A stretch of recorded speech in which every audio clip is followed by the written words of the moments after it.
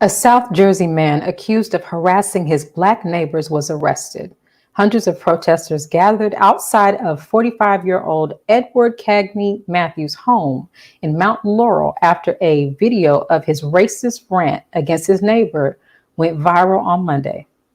Outside of this man's home, this crowd has grown exponentially, especially as more people have watched this already viral video. Now, things have been peaceful, but there have been a few tense moments.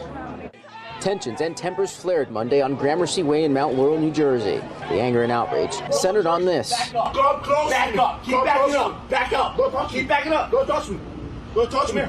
An explosive interaction between neighbors caught on video back on July 2nd and is now part of a police investigation. Walk away. It's not Africa. Oh, this is Africa. It's not Solomon or wherever you were. I was born in America. Well, then you know what common ground. What's common ground? I don't give a shit about you. According to police, the man in the video in the green shirt is 45-year-old Edward Cagney Matthews. This over here, this over here, both have videotape of you putting your hands on me. Matthews now faces harassment and bias intimidation charges connected to the dispute that, according to neighbors, stem from months of issues with the development's HOA board, including this racial slur written on a board member's fence and years of allegations of harassment of others. Joining us to discuss this is contributors Rachel D. Graham and Sadiyah Karriem. Greetings, sisters. Thank you. Good evening. How are you? All right.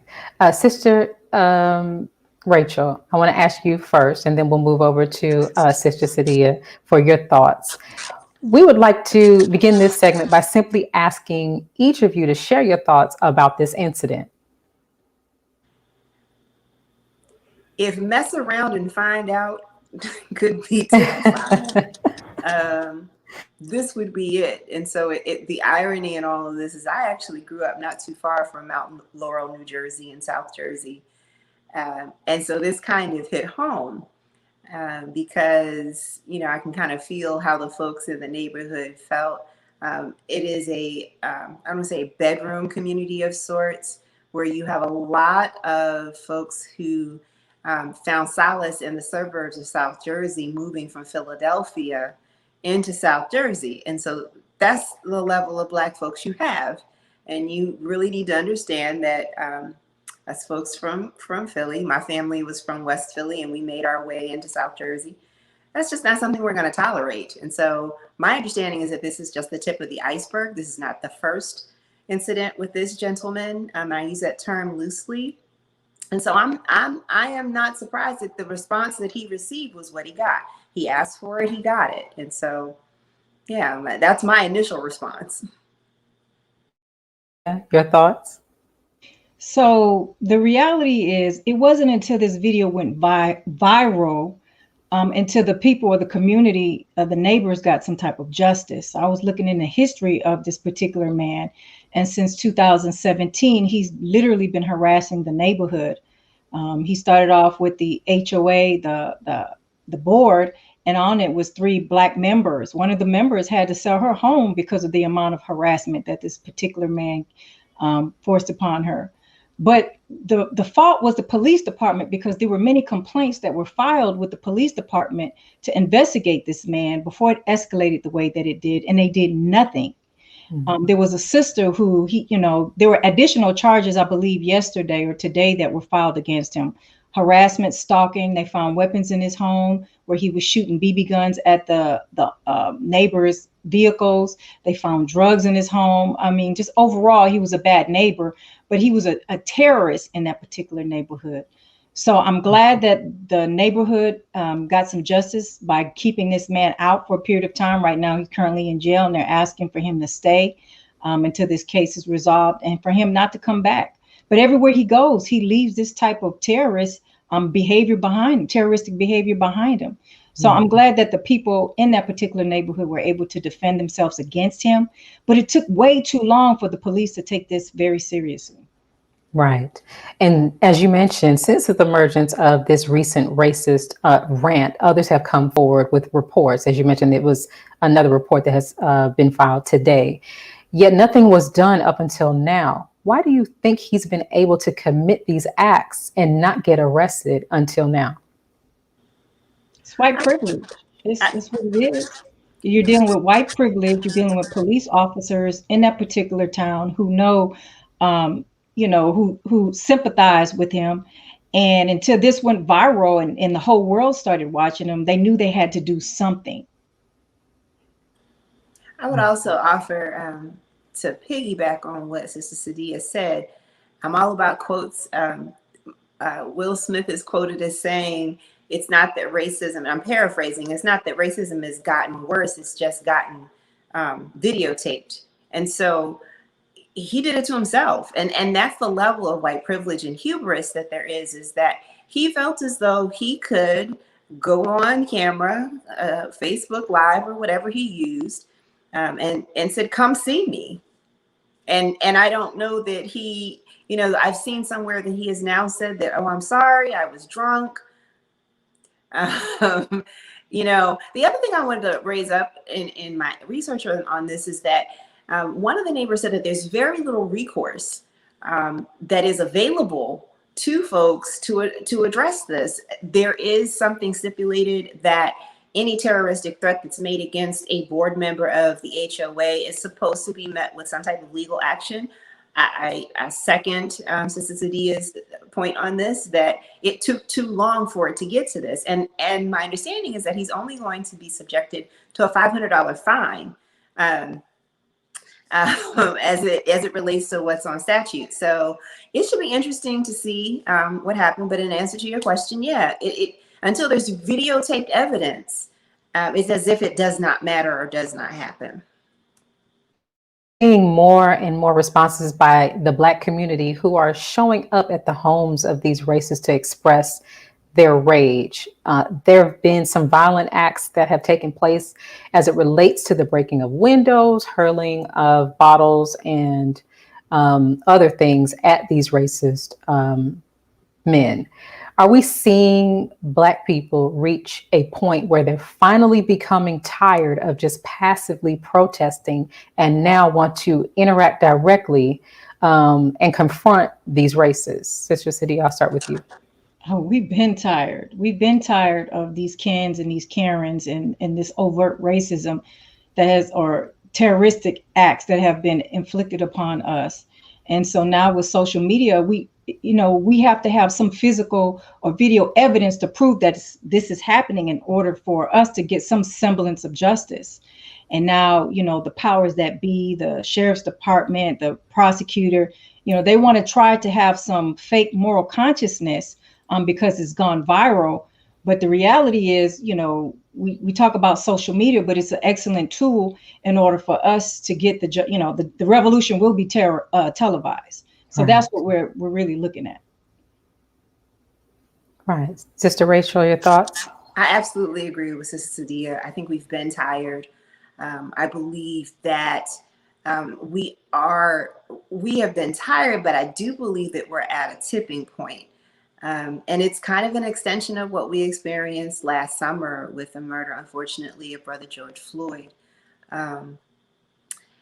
My concern is, what's the reaction going to be to us being tired, and where does that leave us? And I get concerned, honestly, that we do still have police officers with hair finger triggers. They shoot first and claim that it was self-defense later. And so looking at what that's going to look like as we get more and more tired, and hopefully lawmakers and the quote unquote powers that be will recognize that frustration and tiredness and do something about the issues that we have consistently over the last several hundred years, dating back to Nat Turner and all the way forward, have been saying this is not fair, this is not right. Yeah. Now, one question that we normally don't hear is solution-based. And I want to know from you, we'll start with you, Sister Rachel, what should we as a community learn from this incident? That there's power in numbers, that social media does have its uses, that viral works, that there are protections in place for you to utilize these little devices that we have to capture, like Sister Sadiyah said, the revolution is about to be televised, and to leverage that and to understand that I always use this phrase like the mother from Soul Food said, all together we can strike a mighty blow. Separately, we are not able to do these things. But if we come together and stand together and say, no, not one more, I think there is strength in those numbers, and we should not be afraid to utilize it. Sadiyah, your thoughts on that? What do you think that we should learn as a community from this incident and incidents like these? So the reality is the police was called by one of the neighbor. He was an African-American man, but it was a white woman. So it wasn't until she called the police until there was some semblance of justice. So I say this, that as Black people, we have to police our own neighborhoods, and we cannot allow a terrorist to come in our neighborhoods and terrorize us, waiting and hoping that the police will give us some justice. I'm not talking about violence. But I'm making sure that these people can't come into our neighborhoods and continue to harass us or to diminish our community and our quality of life. Thank you. Let's pause for announcements from our sponsors. Then we'll return to discuss the recent tweet of Missouri Congresswoman Cori Bush stating that Black people still aren't free. We'll be right back. Be a part of the force that powers truth in journalism. Go to nnvnews.com/donate. Worldwide, 24 hours a day, 7 days a week. Download the Final Call radio app and take us everywhere. On your phone, on your computer, on your tablet, on Instagram, Facebook, and Twitter. You can also log on to finalcall.com and click the Listen Live button, or finalcallradio.com. Final Call Radio, the official voice of the Honorable Minister Louis Farrakhan and the Nation of Islam. Please share your thoughts with us in the comment section below. Follow us on social media at NNV News, and please subscribe to our YouTube channel at National Network View. I am Anissa Muhammad with nnvnews.com.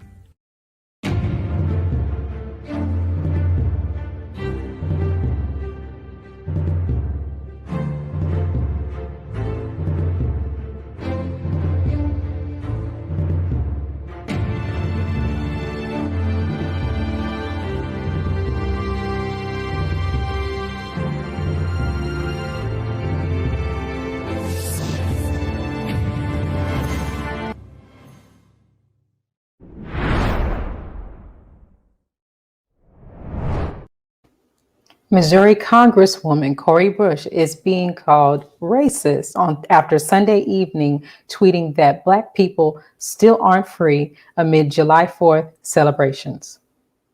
Bush under fire for a 4th of July tweet calling the U.S. stolen land where Black Americans are still not free. That got some attention. Let me just read the tweets that are getting the attention, all right? Cori Bush said, when they say that the 4th of July is about American freedom, remember this.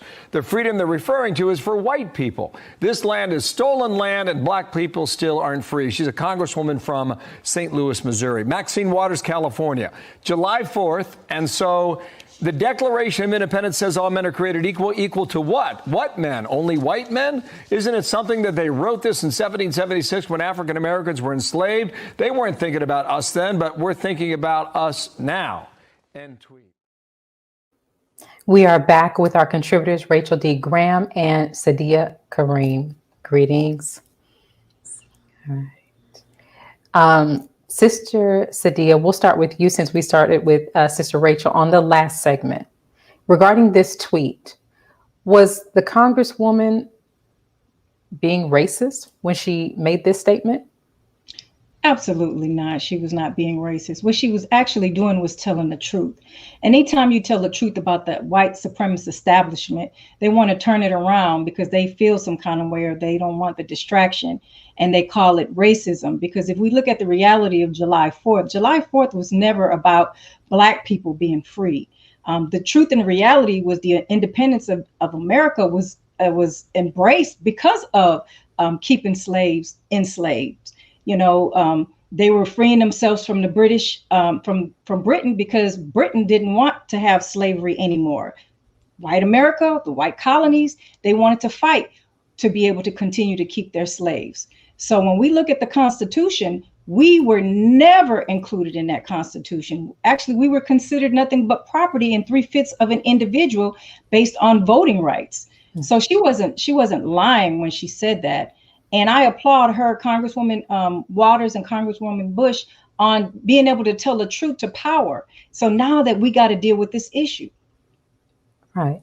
Now, there are a number of Black politicians on the state and federal level. There are also numerous Blacks who are accomplishing a lot economically here in America. America, after having its first Black president, now has its first Black vice president. With that being said, Rachel, is the questioning of her assertion that Blacks are still not free justifiable? Absolutely.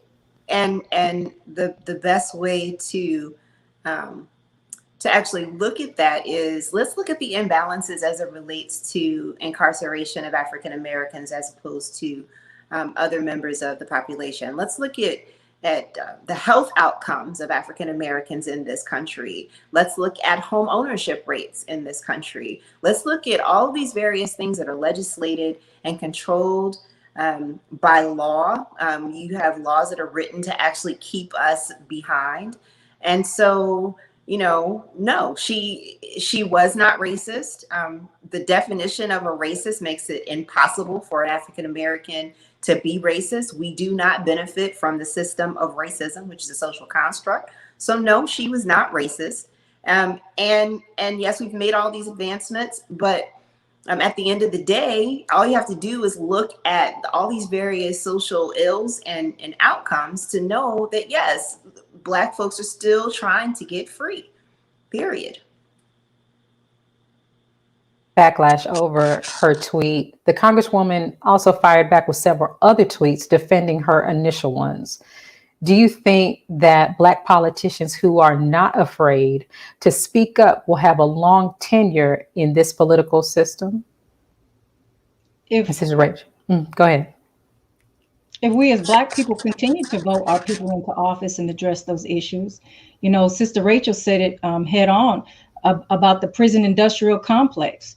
We had slavery, and then the 13th Amendment was added to the Constitution, ratified, where those who went into prison were not free. And so then you had the convict leasing program, the Black codes, the Jim Crow laws. Then we had the war on drugs, the fake war on drugs, where they infiltrated our neighborhoods and our communities with drugs to put us back so that they could have free labor. So we have a modern day, which we call the prison industrial complex, a modern day system of slavery that is pushing the Black woman and the Black man and minorities into the prison. For economic reasons. Right. Sister Rachel, any thoughts on that? Do you think that her Congresswoman Bush's statements, or any other Congress person who is not afraid to stand up, do you think that'll affect their career? That's a two-part answer.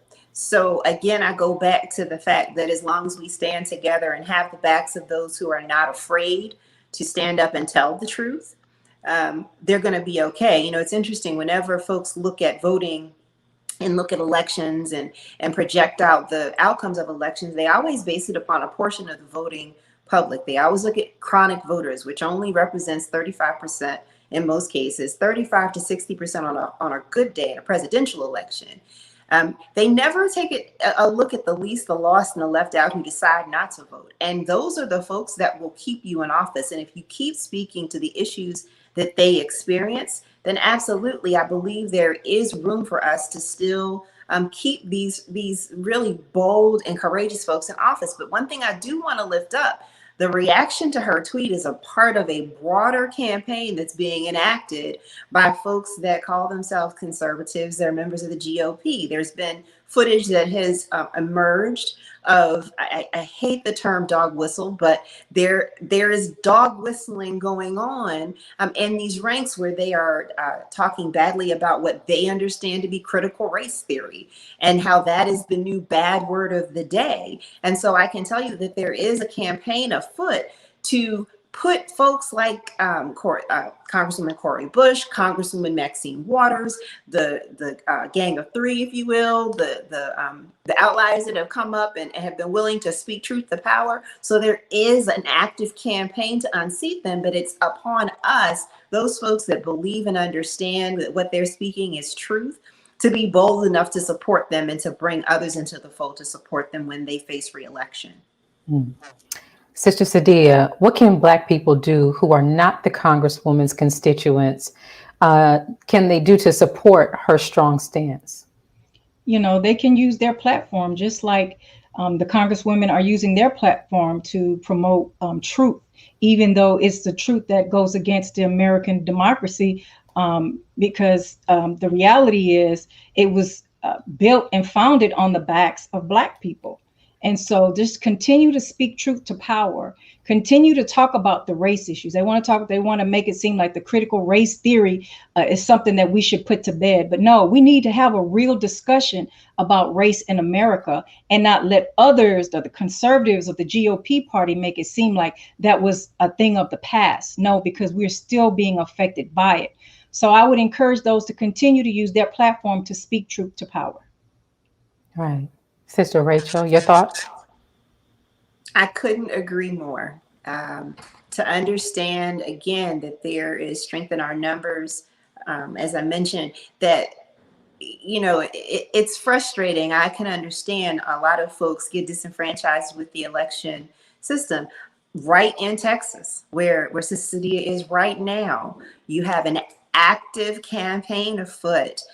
They called a special session to try to counteract some very savvy moves by the Democratic, the elected officials from the Democratic Party to put a stop to disenfranchisement of the vote. My understanding now is that they are going to do something that was done, I think, a few years ago, where the Democrats are going to go leave the state so that they can they're going to take away the power from the GOP to try to go back and implement these laws to disenfranchise their vote. But I encourage folks to still stand strong, to still, you know, we've got to just as the GOP may be planning and scheming to disenfranchise us, to put out all these false narratives, we also have to be thinking proactively and strategically as to what our plan is going to be for the next election cycles that come up, and understanding that there is going to be an effort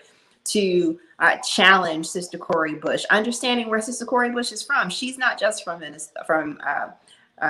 Missouri, but she is from the area that is Ferguson. She is a product of that environment. And so understanding that we have to think several steps ahead, think strategically, stop being so nice, to be very honest, and stop expecting those who definitely want to take away our rights.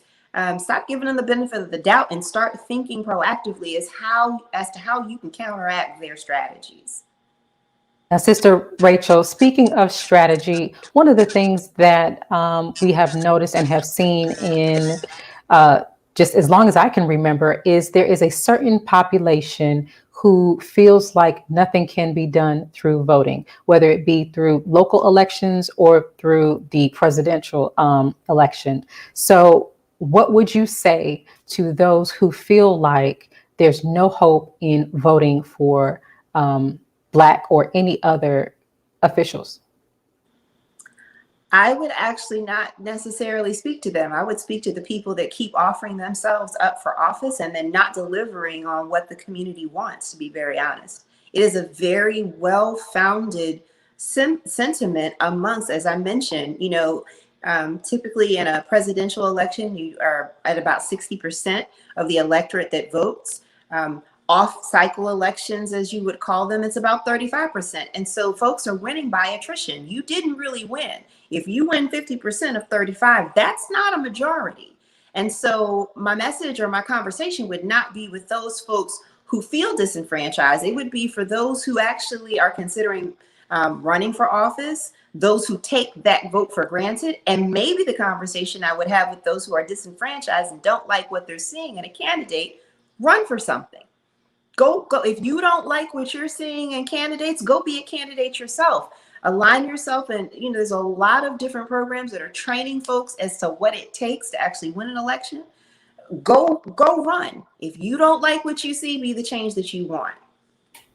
Sister Sadiyah, I would ask you the same question. What do you think we should do, or Black people should do? Should we run for office? Should we speak to those who don't feel that there is any hope in voting? What are your thoughts on that? I think we should do both of those. We should not stop running for office. We should put a platform and a program together that does benefit us as Black people in America. Those who are disenfranchised, we got to speak to them. We got to speak hope to them. But the Honorable Elijah Muhammad has told us that we must do for self or suffer the consequences. And by giving all of our power away to the politicians, that we're suffering the consequences of that. And so we have to, again, police our own communities. We have to have education that reflects us. We have to have our own economic system that helps build us up and bring us up out of our bootstrap, pull us up. So we have to continue to do for self. And if those politicians are serious about representing the community, then they have to teach the community how to do for themselves, or we're just going to suffer the consequences. Thank you, ladies. Let's pause for announcements from our sponsors. We'll return with more from our contributors on Nikole Hannah-Jones's declination of the University of North Carolina's tenure offer for a position at Howard University. We'll be right back. Be a part of the force that powers truth in journalism. Your support helps to combat false media. Cash App NNV News. Asiatic Minds, online education, helping our children to discover their God-given skills, gifts, talents, and passion that will allow them to see their greatness as well as the greatness of our people. And upon discovering that greatness, infusing them with the desire to use it for the betterment of themselves, their families, our people, and the world. Classes begin September 1st. To enroll, visit AsiaticMinds.com. This is Sister Sadiyah Muhammad. We are proud to announce that the Sajda House commemorative Elijah coins are finally here. This priceless heirloom, made from recycled copper from the messenger's home, is now available at sajdahouse.com. Greetings from National Network View. This week's Final Call cover story headline reads, "Severe weather lashes America." As hurricanes struck the South and tornadoes hit the Midwest region, droughts strangle Western states as the forces of nature and the destructive force of weather punishes the United States. The divine judgment of God is intensifying in the country. This FCM volume number 39 edition middle page article by the Honorable Minister Louis Farrakhan is entitled, "God Has Come for the Black Man and Woman." To read more, subscribe to finalcalldigital.com and tune in to the all-new Final Call Radio. This is the nnvnews.com Final Call cover report. Please make sure you leave your comments and questions in the comment section below. Follow us on Facebook, National Network View, and make sure to check us out on Twitter as well, National Network View. This is Sergio Gutierrez with National Network View, signing off.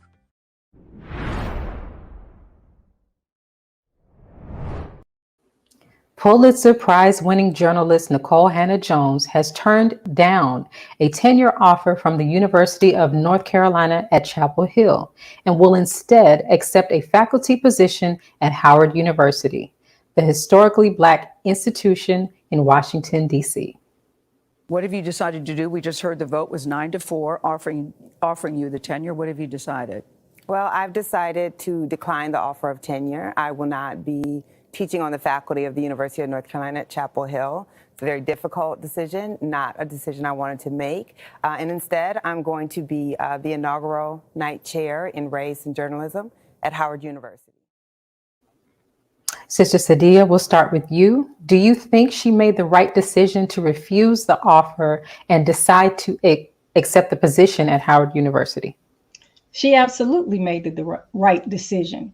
You know, if you look at the history of her trying to get that tenureship and how they handled her and all the politics behind it, you know, she was an outsider coming in. She was really an enemy coming in. And just like what we talked about in the first segment about that neighbor, it wasn't until the student body president, it was the students at the school, you know, forcing the administration, forcing the board to even give her a chance to do a vote, because at first they just wanted to give her a contract for that particular department as chair. And the prior chairs they had were white people who had tenure. So they wanted to give her a contract with hopes in getting her tenureship. And so after she went through that big fight, she realizes that they were not going to appreciate her genius and all the contributions. She's a Pulitzer Prize winner, right? Come on now, this woman is platinum. She's more than just gold. And so to go to an HBCU to give our students, or our people, her genius was something she should have done a long time ago, but she had to find out on her own and go through that difficult fight that she did. But I'm glad that she chose Howard University. Right. Sister Rachel, your thoughts on that? Did she make the right decision? Absolutely. I concur with everything that Sister Sadiyah said. I also want to go deeper, though, because if you look at the reasoning that the board chair Hussman gave, it was because he did not believe that her academia stood up to the muster test, if you will, that there was question around the research validity of 1619. Now, mind you, this woman has a Pulitzer. She has received a MacArthur Genius Grant, all the things, and actually was an alum of UNC's journalism department. And so let's go deeper and talk about that. If you look at the background of the man who was questioning her academic bona fides, if you will, he became a newspaper man by virtue of his birthright. He became an owner of newspapers and only reported, if I'm not mistaken, for less than a year.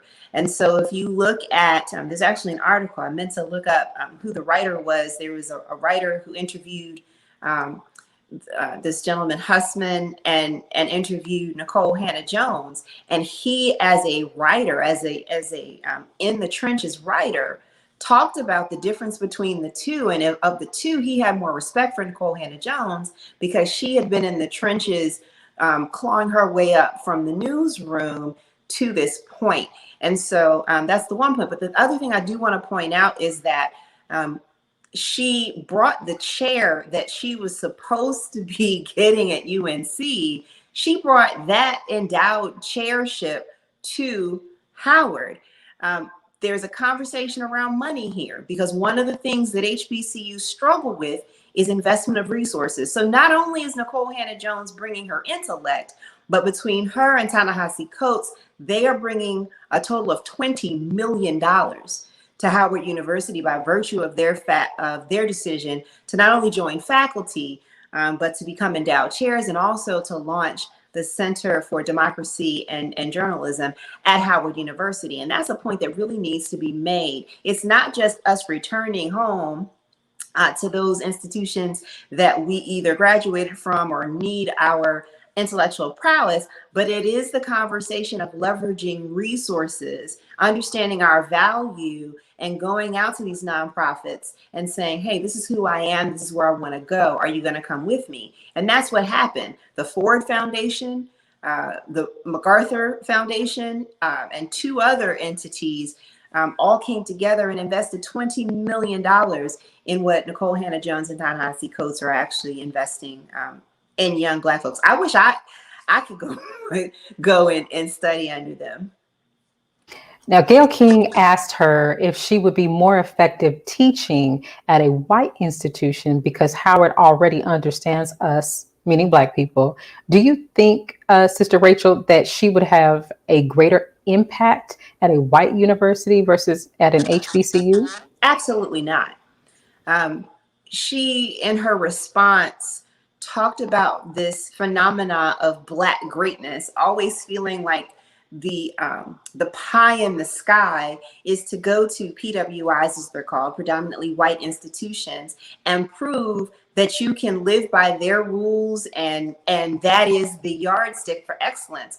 But as anybody that has gone to Howard will tell you, it is in fact considered the Mecca. It is an institution of greatness. And I believe that her talents are better appreciated by Black journalists, by future Black journalists. She is literally living in the footsteps and the legacy of Ida B. Wells and utilizing investigative journalism as a means by which to bring about an understanding and expose racial inequities. And I believe the best place for that to happen is an HBCU. I speak as the former president of the New Orleans Association of Black Journalists.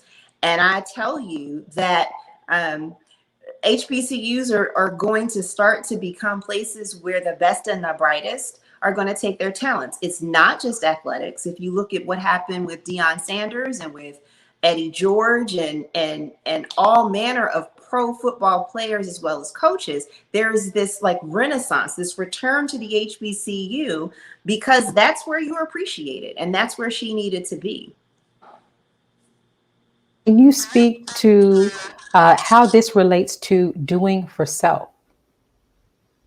Oh, absolutely. This is what we needed to do. And, you know, as I said, now I wish she would have done this in the beginning, but timing is really everything as well. Because had she not had this public fight, we wouldn't have had these nonprofits who are willing to contribute to Howard University and to give our gifts, our talents, our genius, our intellect to that which is going to raise us up, instead of her fighting her way into this all-white institution to help the few that are there, maybe the few that want this particular education and see her genius and see her as one of the talented 10, go to the HBCU so that we can get back to our roots and do for ourselves.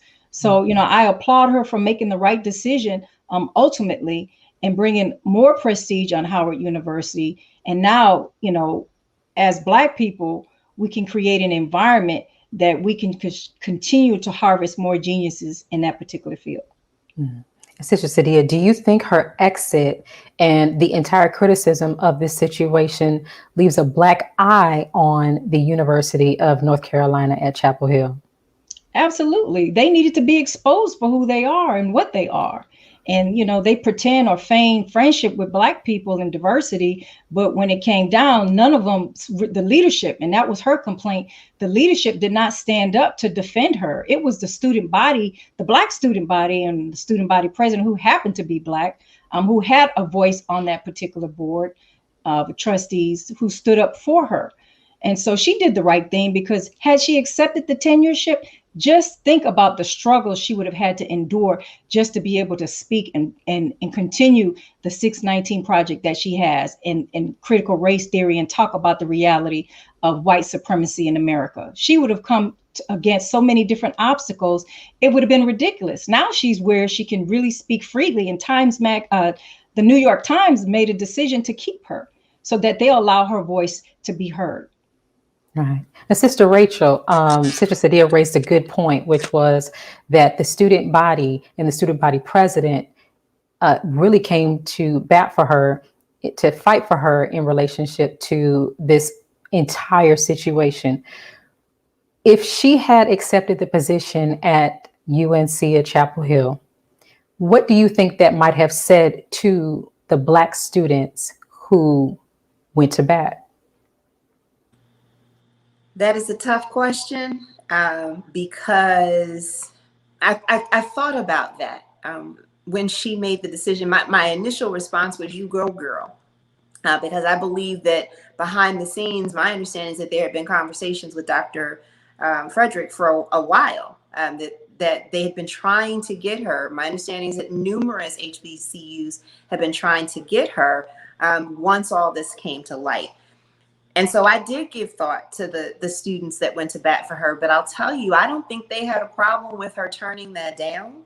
I think honestly, if she had accepted tenure, I think they would have supported her even still, because 1,619 people signed a petition and published that petition to show their support of bringing her to the university.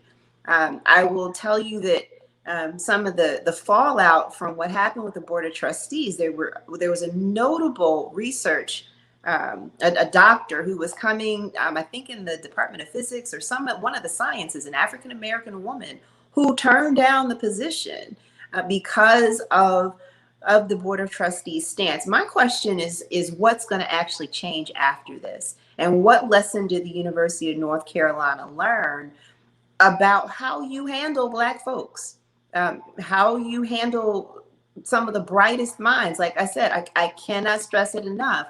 Nikole Hannah-Jones was an alum of University of North Carolina. She should not have had such a tough way to go.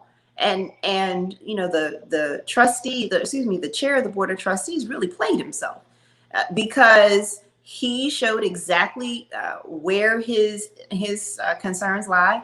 My understanding is that he didn't even want Nikole Hannah-Jones to ever be employed by the University of North Carolina, let alone be tenured. He actually voiced his concerns and took it up the pole to tell folks that he had concerns around her being there. And this was after she had published 1619, the 1619 Project. And so he had been actively, he said he wasn't campaigning, but if you make a phone call and you're one of the largest donors to a school, you're very clearly campaigning to make sure that someone that you should esteem, one of your alums, someone who's come through the School of Journalism, you're actively fighting for her not to be there. No, I don't think Black students at University of North Carolina fault her at all, but I also don't think they would have faulted her for staying either way. I think we're all quite happy for what has come out of this rather awful situation.